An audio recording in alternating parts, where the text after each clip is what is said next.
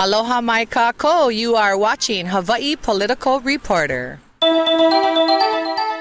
Aloha, my name is John Carroll. I'm running for the United States Senate. I'm running for a lot of reasons. The main one is that there are so many things that are wrong in this state that need to be changed, and we have not had leadership either by Republicans or Democrats that have allowed the changes to be made. First of all, our economy is in the pits, or in chaos, if you will. We've lost basically our agricultural production. We've lost our dairies. We have a very, very minimal agricultural activity going on because of the tremendously high cost. I'm running against Linda Lingle, who is very, very well financed and who has had 16 years to get done the kind of changes that should have been made. Basically, she lost the super ferry when she had the chance to have it in place.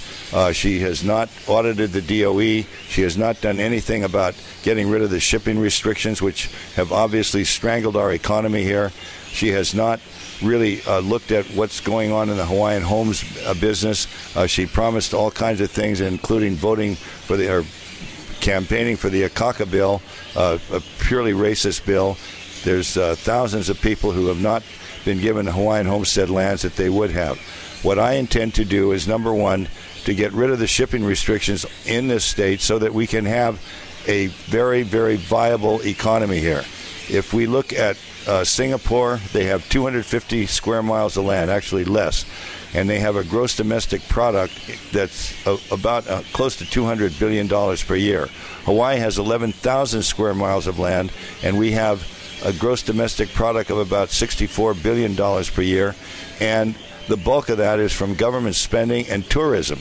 There's no really solid base to our economy. As your U.S. Senator, I can promise you that the first thing that I'm going to do is to get rid of those shipping restrictions that are causing our people to have to pay so much for bread and milk and meats and everything else that we have here, because the cost of everything is exacerbated because we are controlled by a monopolistic situation, and that is Matson and Alexander Baldwin are basically the ones who supply Hawaii. That has got to stop. Linda Lingle, everybody seems to like her. Everybody thinks she's going to win, okay? It's, you know, the conventional candidate. What are you going to do different? How am I going to be better off with you? Can you give me 1, 2, 3? Yes, okay? sir. Well, first of all, not everybody does like her. The fact that she lost the super ferry caused a lot of people to not like her. The fact that she didn't manage the DOE caused them to have the furlough Fridays with kids that are staying out of school.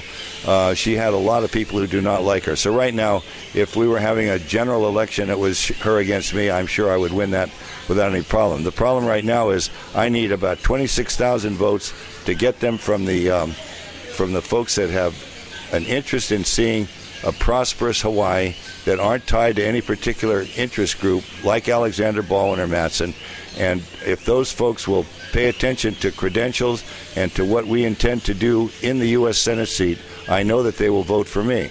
And two of the main things that I intend to do is to get our agricultural component back up and running, and also to really stimulate international business. I have a plan basically to morph the Singaporean economy into the Hawaiian economy here, and if that happens and we have free worldwide open shipping and free trade, then I think Hawaii will be the kind of place that we want it to be. Okay, well, Singapore is basically it's a dictatorship, but they have Fortune 500 companies there. They manufacture all kinds of goods. They've got on any given day probably 700 ships either in their harbors or in the Malacca Straits ready to come in. They're very, very open on immigration. They have basically VIP status for people who are highly trained, such as doctors, engineers, and I presume some teachers. And that's the sort of thing that we can be doing here. We've got all of the infrastructure here to be 10 times better than Singapore or Hong Kong, and I think it's going to take a few years to get there, but the key to that whole thing is getting the shipping open up so that we have open trade worldwide. Okay, so if we get the shipping opened up, can you explain from the port jobs down to the common worker, how is the average common person going to benefit from this? What's it going to do for them? Okay. The middle class, the working people, how's it going to benefit them, John? Yeah. And the business owner? Okay, well, first of all, for business, everybody who's in business here is paying for everything that it gets shipped in. When you have worldwide shipping, if you look at the shipping costs between, say, Singapore and Los Angeles or Hong Kong and San Francisco, as opposed to, say, the same place to Hawaii, the same distance to Hawaii, you'll find that the line shipping costs are 2 and 3 times higher than those to those other countries. And the reason is because we have this monopolistic setup here. If we can get rid of that restrictions, the monopolistic restrictions, we can have the price of bread can be down, the price of milk can be down. There will be a lot more money flowing in the community, and it will become, with the proper attitude towards business, a far more business-friendly place. And with that, this will be job creation, and there will be not loss, but there will be an elimination of joblessness and homelessness, and that is what I intend to do. Okay, well, first of all, I think the main thing that separates Linda Lingle from me is that she does not have the experience even to be in the job that she's in, even as governor. She has no military background. She had no international business background. She is not educated in law. For instance, in law, if she had paid any attention to the Shoreline Protection Management Act, which I happened to introduce back in about 71 or 72, she would have gotten an environmental assessment, and the super ferry would be running today. That alone would make a huge difference. And I also intend, as a U.S. Senator, to try to get that super ferry back, because that would affect local agriculture, local businesses, not to mention the tourism effect that would also have. Those are all things that need to get done and could have been done by her and were not. And I think that her failure is what I'm running on. The main thing, I'd really like to say this.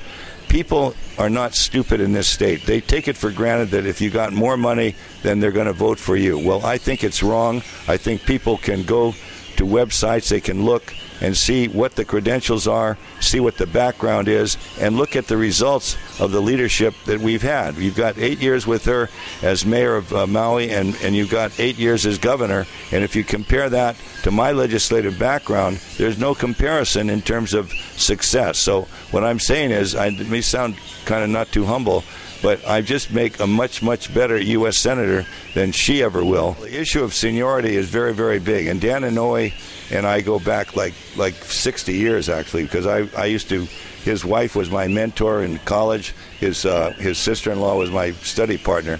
I'm friends with him. I've worked with him, and I will continue to work with him, and I do respect him, and I certainly respect a lot of the good things that he's done for our state.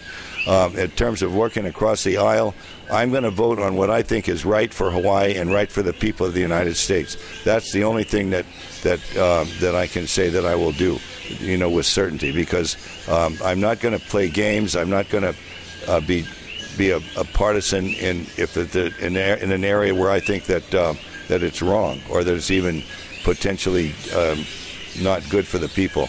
I believe that common sense has got to come back into government. The government is not our mother, it's not our father, it's supposed to be our servant, and that's where I'm headed with in terms of what I would intend to do in the U.S. Senate.